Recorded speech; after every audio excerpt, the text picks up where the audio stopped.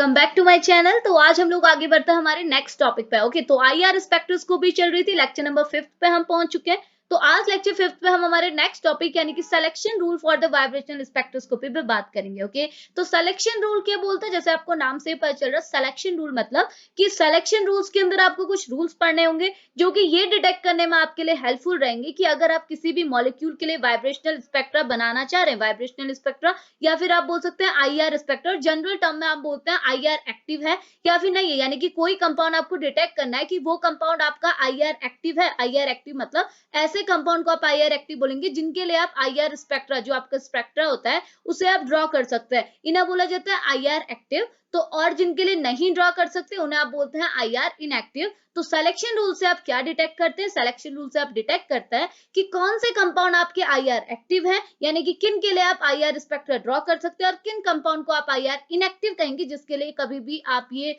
Spectra यानी कि IR spectra draw नहीं कर सकते। ओके, तो सिंपल सा रूल है, बहुत सिंपल है। आपको इसके अंदर दो रूल्स पढ़ने हैं जो कि काफी सिंपल है। ओके, तो स्टार्ट करते हैं। तो देखो यहाँ पे क्या बोल रहा है, ये बोल रहा है as we know that the vibrational spectroscopy the sum of the fundamental vibration are IR active and while the sum of considered to be a IR inactive। Okay, तो देखो आपको पता है फंडामेंटल वाइब्रेशन में आपको ऑलरेडी बता चुकी हूँ, मैंने क्या बोला कि आप जब एनर्जी लेवल बताते हैं किसके, आईआर के केस में, वाइब्रेशनल स्पेक्ट्रोस्कोपी के केस में आप बनाते हैं ऐसे लेवल्स बनाते हैं, ये मैंने आपको सब बताया।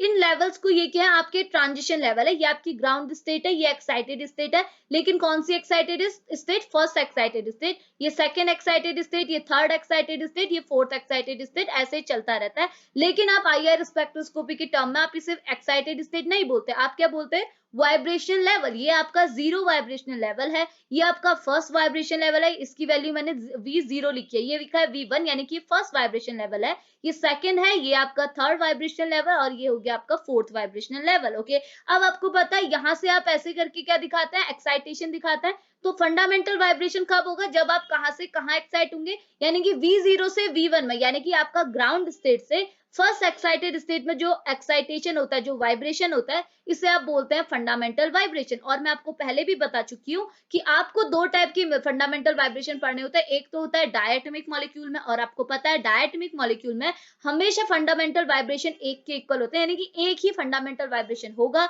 लेकिन पॉलीएटमिक मॉलिक्यूल यानी कि ऐसे एटम जो तीन या फिर तीन से ज्यादा मॉलिक्यूल से बने हुए हैं, सॉरी, ऐसे मॉलिक्यूल जो आपके तीन या फिर तीन से ज्यादा एटम से बने हैं, ऐसे मॉलिक्यूल्स को क्या बोलते हैं, पॉलीएटमिक मॉलिक्यूल। तो पॉलीएटमिक मॉलिक्यूल के केस में आपको एक से ज्यादा फंडामेंटल वाइब्रेशन मिलते हैं, जिसे हमने लास्ट लेक्चर पे सीखा था, जिसे हम लोग डिग्री ऑफ फ्रीडम की हेल्प से कैलकुलेट करते हैं। ओके, तो वही चीज बोल रहा है कि आपको पता है कि आपको एक मॉलिक्यूल के अंदर वाइब्रेशनल स्पेक्ट्रोस्कोपी में अगर आप देखेंगे किसी मॉलिक्यूल में, उसको उसमें आपको एक से ज्यादा फंडामेंटल वाइब्रेशन तो आपको मिलते हैं, ठीक है, ये चीज हमने देख ली है। ओके, बट ये बोल रहा है कि आईआर स्पेक्ट्रोस्कोपी ये बोलती है कि उन फंडामेंटल वाइब्रेशन में कुछ फंडामेंटल वाइब्रेशन को तो आप आईआर एक्टिव बोलते हैं, लेकिन कुछ फंडामेंटल वाइब्रेशन को आप बोलते हैं आईआर इनएक्टिव। तो इसी को डिटेक्ट करने का जो रूल होता है, इसी को जो गवर्न करने का जो रूल होता है, इसी को बोला जाता है सिलेक्शन रूल, जो कि ये डिटेक्ट करता है कि कौन सा वाइब्रेशन आपका आईआर एक्टिव होगा, कौन सा वाइब्रेशन आईआर इनएक्टिव होगा। ओके, अब आगे देखिए, तो देखो दो रूल्स है, सिंपल है, आपको मैं सिंपली एक्सप्लेन करा देते हैं, एग्जांपल्स भी देखेंगे, फ्रीक्वेंसी वगैरह सब कुछ देखेंगे। ओके,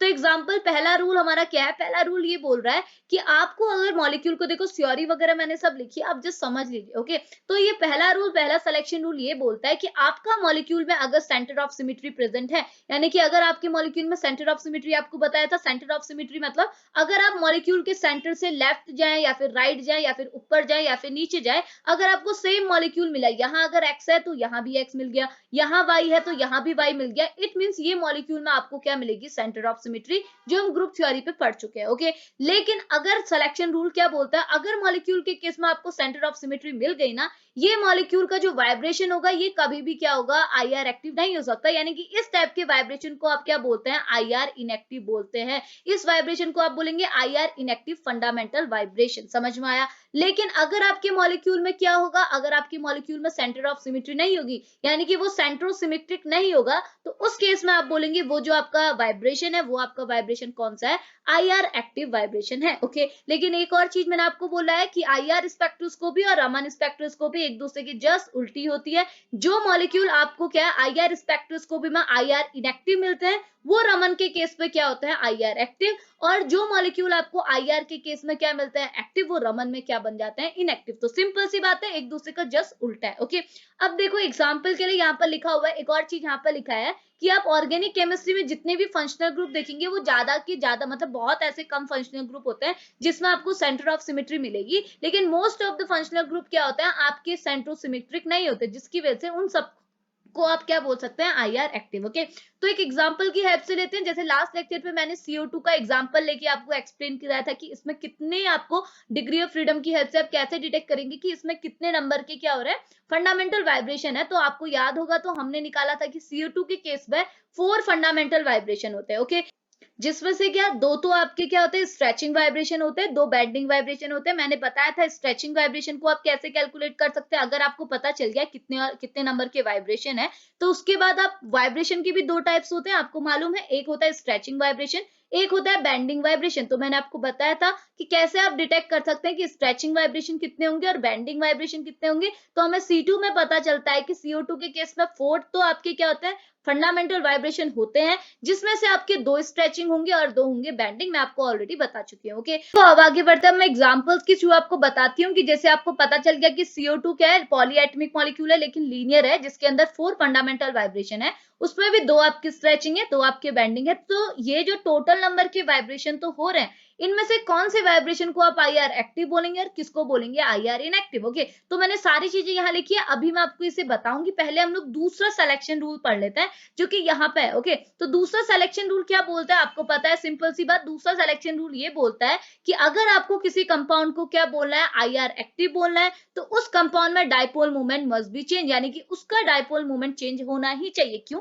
क्योंकि मैंने आपको ये इंट्रोडक्शन वाले पोर्शन पे ही बताया था, कुछ ऐसा होता है कि अगर आपके मॉलिक्यूल में डाइपोल मोमेंट चेंज होगा, अगर डाइपोल मोमेंट चेंज होगा मतलब आपका जो मॉलिक्यूल है वो दो ऐसे एटम से बना हुआ है जिनकी इलेक्ट्रोनेगेटिविटी में डिफरेंस है। अगर इलेक्ट्रोनेगेटिविटी में डिफरेंस है तो इसका मतलब क्या, इसमें इलेक्ट्रिक कंपोनेंट जनरेट होंगे। सपोज ए आपका ज्यादा इलेक्ट्रोनेगेटिव है तो ए के ऊपर पार्शियल नेगेटिव और बी के ऊपर पार्शियल पॉजिटिव चार्ज आएगा। इतना ऐसा ही तो होता है, इलेक्ट्रोनेगेटिविटी डिफरेंस को ही तो डाइपोल मोमेंट बोलते हैं।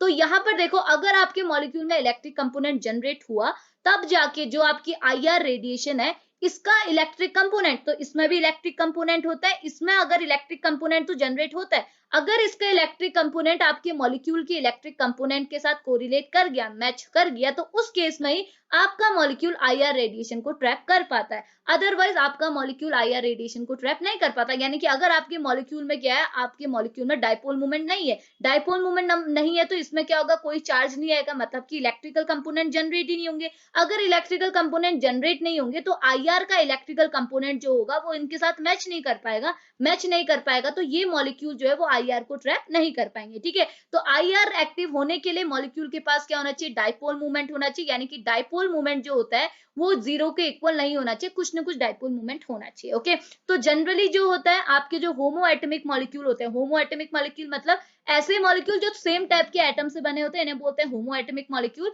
तो ये मॉलिक्यूल के लिए जनरली आप क्या बोलते हैं, इन्हें आईआर इनएक्टिव। क्यों?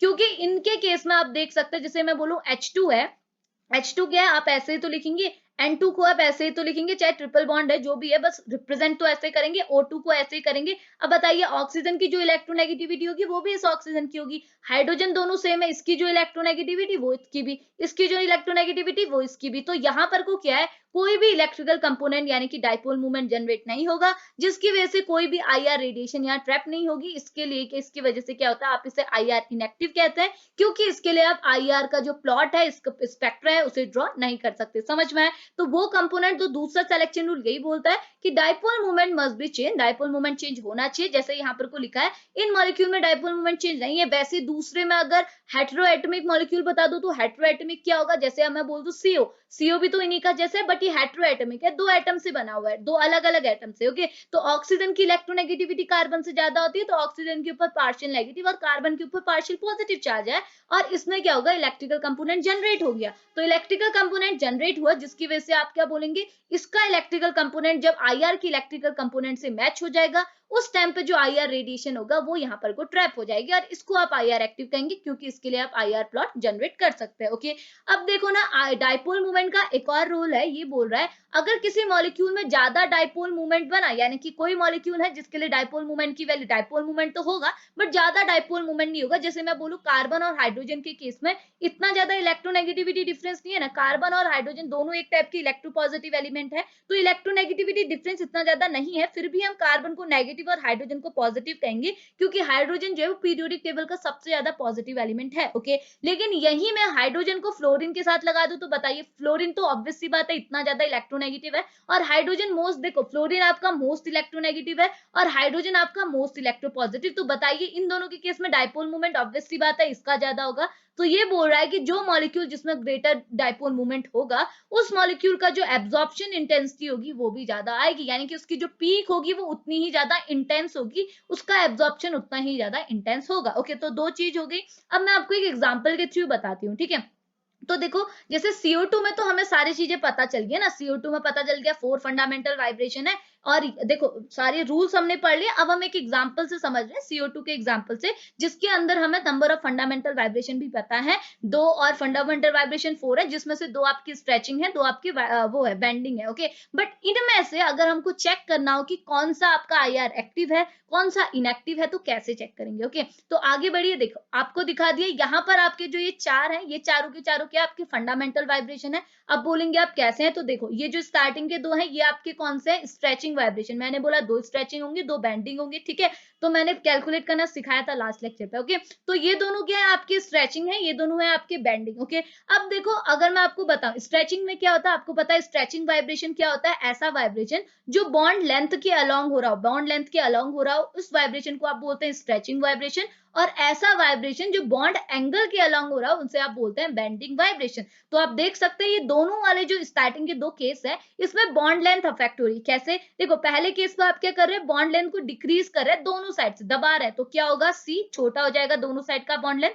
इनके केस में क्या कर रहे हैं, उन दोनों को खींच रहे हैं, एग्जैक्ट इसका उल्टा कर दे, यहाँ दोनों को दबा रहे थे, कंप्रेस कर रहे थे, यहाँ दोनों को खींच दिया, जिसकी वजह से क्या होगा, बॉन्ड लेंथ और ज्यादा इंक्रीज हो गया। ओके, अब देखो ये हो गया। अगर आप देखो ये चीज तो हमने देख ली, बट आपको एक कंडीशन पता है ना कि डाइपोल मूवमेंट कभी भी आपका जीरो नहीं होना चाहिए, बट अगर आप यहाँ डाइपोल मूवमेंट चेक करेंगे तो आपको जीरो मिलेगा। क्यों, क्योंकि यहाँ जो चार्ज जा रहा है, मतलब वो जो चार्ज का डायरेक्शन आप दिखाता है वो अंदर की ओर जा रहा है, इसका अंदर की ओर जा रहा है, तो इसका डाइपोल मूवमेंट और इसका डाइपोल मूवमेंट कैंसिल आउट हो जाता है, इसका और इसका कैंसिल आउट हो जाता है, जिसकी वजह से जो डाइपोल मूवमेंट बनता है इनका, वो बनता है जीरो। यानी कि इस केस में ये जो आपकी स्ट्रेचिंग है, ये वाली स्ट्रेचिंग को आप क्या सॉरी, ये वाला जो वाइब्रेशन है जो कि कौन सा है, स्ट्रेचिंग वाइब्रेशन। स्ट्रेचिंग भी मैंने आपको बताया था दो टाइप का होता है, सिमेट्रिकल और असिमेट्रिकल। सिमेट्रिकल मतलब अगर आपकी स्ट्रेचिंग सेम डायरेक्शन को हो, असिमेट्रिकल मतलब जब अलग अलग डायरेक्शन में हो। तो इसमें देखो आपकी स्ट्रेचिंग क्या होती है, सेम डायरेक्शन को हो रही है, दोनों अंदर को हो रही है, यहाँ दोनों बाहर को हो रही है। ओके, इसका मतलब ये कौन सी स्ट्रेच वाइब्रेशन है, ये स्ट्रेचिंग वाइब्रेशन तो है, स्ट्रेचिंग के साथ साथ ये सिमेट्रिकल स्ट्रेचिंग वाइब्रेशन है। ओके, लेकिन ये आपका डाइपोल मूवमेंट यहाँ जीरो मिला। क्यों, इसका डाइपोल मूवमेंट क्योंकि सिमेट्रिकल चल रही है ना, इसका डाइपोल मूवमेंट और इसका डाइपोल मूवमेंट एग्जैक्ट इक्वल होगा। क्यों, क्योंकि दोनों में क्या है, बॉन्ड लेंथ, और देख सकते हैं ना दोनों में बढ़ भी साथ रही है, घट भी साथ रही है, तो इनका डाइपोल मूवमेंट सीओ, यहाँ भी सीओ, तो इनका क्या हो जाता है, जीरो हो जाता है, कट जाते हैं, तो डाइपोल मूवमेंट होता है जीरो। तो ये वाला जो आपका स्ट्रेच वाइब्रेशन है, सिमेट्रिकल स्ट्रेचिंग वाइब्रेशन, ये आपका आईआर इनएक्टिव होता है। इतनी चीज समझ में आया।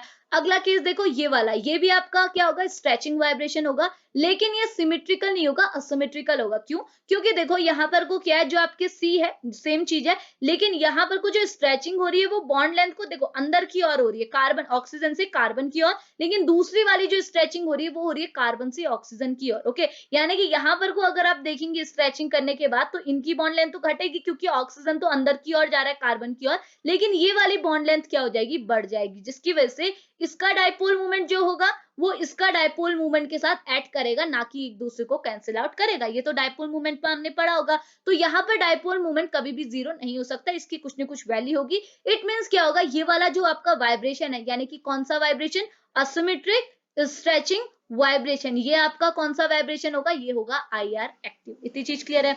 अगला देखो, दो तो स्ट्रेचिंग हो गया, अब दो होंगे बेंडिंग। ओके, यहाँ देखो, ये दोनों बेंडिंग के केस में क्या हुआ है आपका, यहाँ अगर आप देखेंगे, यहाँ पर को बेंडिंग में क्या होता है, अगर आपका बॉन्ड एंगल के अलोंग कोई चेंज आ रहा है, आप देखोगे यहाँ पर को बॉन्ड एंगल के अलोंग आएगा। कैसे? आपका जो ये ऑक्सीजन एटम है ये आगे की ओर शिफ्ट होगा, जिसकी वजह से आपका एंगल वरी हो जाएगा। लेंथ में कोई भी चेंज नहीं आएगा, एंगल वरी होगा। मैंने आपको मोड ऑफ वाइब्रेशन में सारी चीजें सिखाई हुई है। ओके, तो ये जैसे ही आगे की ओर शिफ्ट होगा तो सी पीछे की ओर शिफ्ट होगा, ये ऑक्सीजन अगेन आगे की ओर शिफ्ट होगा। ओके, यहाँ पर को कोई सिमेट्रिकल असिमेट्रिकल नहीं होते। मैंने आपको बताया यहाँ रॉकिंग, वेजिंग और क्या सीजरिंग वगैरह कॉन्सेप्ट होता है। सिमेट्रिक असिमेट्रिक का कॉन्सेप्ट यहाँ नहीं होता बेंडिंग के केस में। ओके, तो यहाँ देखो, यहाँ पर को भी एक वाइब्रेशन है जो कि आपका बेंडिंग है, इसी का एग्जैक्ट उल्टा नीचे हो रहा है। देखो, यहाँ पर ऑक्सीजन दोनों ऊपर को थे, यहाँ दोनों नीचे को है, कार्बन नीचे को था, यहाँ तो कार्बन ऊपर को है। ओके, जिसकी वजह से आप इसका डायपोल मूवमेंट भी आपको देखो कभी इक्वल नहीं, जीरो के इक्वल नहीं मिलेगा, क्योंकि ये दोनों अलग जा रहे हैं, ये दोनों अलग, ये वाला अलग डायरेक्शन में जा रहा है, जिसकी वजह से इनका डायपोल मूवमेंट कभी भी एक दूसरे को कैंसिल आउट नहीं करेगा।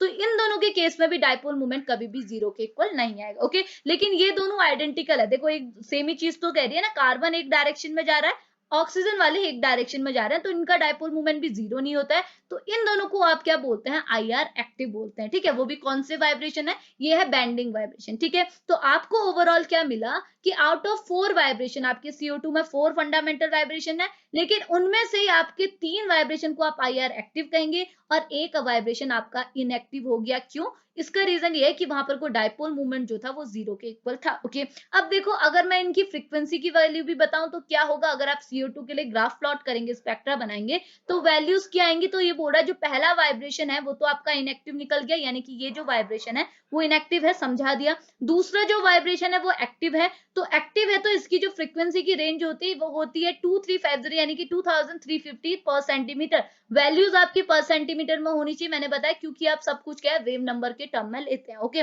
अगला जो आपका थर्ड वाइब्रेशन है ना, देखो यहाँ पर को आपको 2 वैल्यूज ही मिलेंगी। क्यों?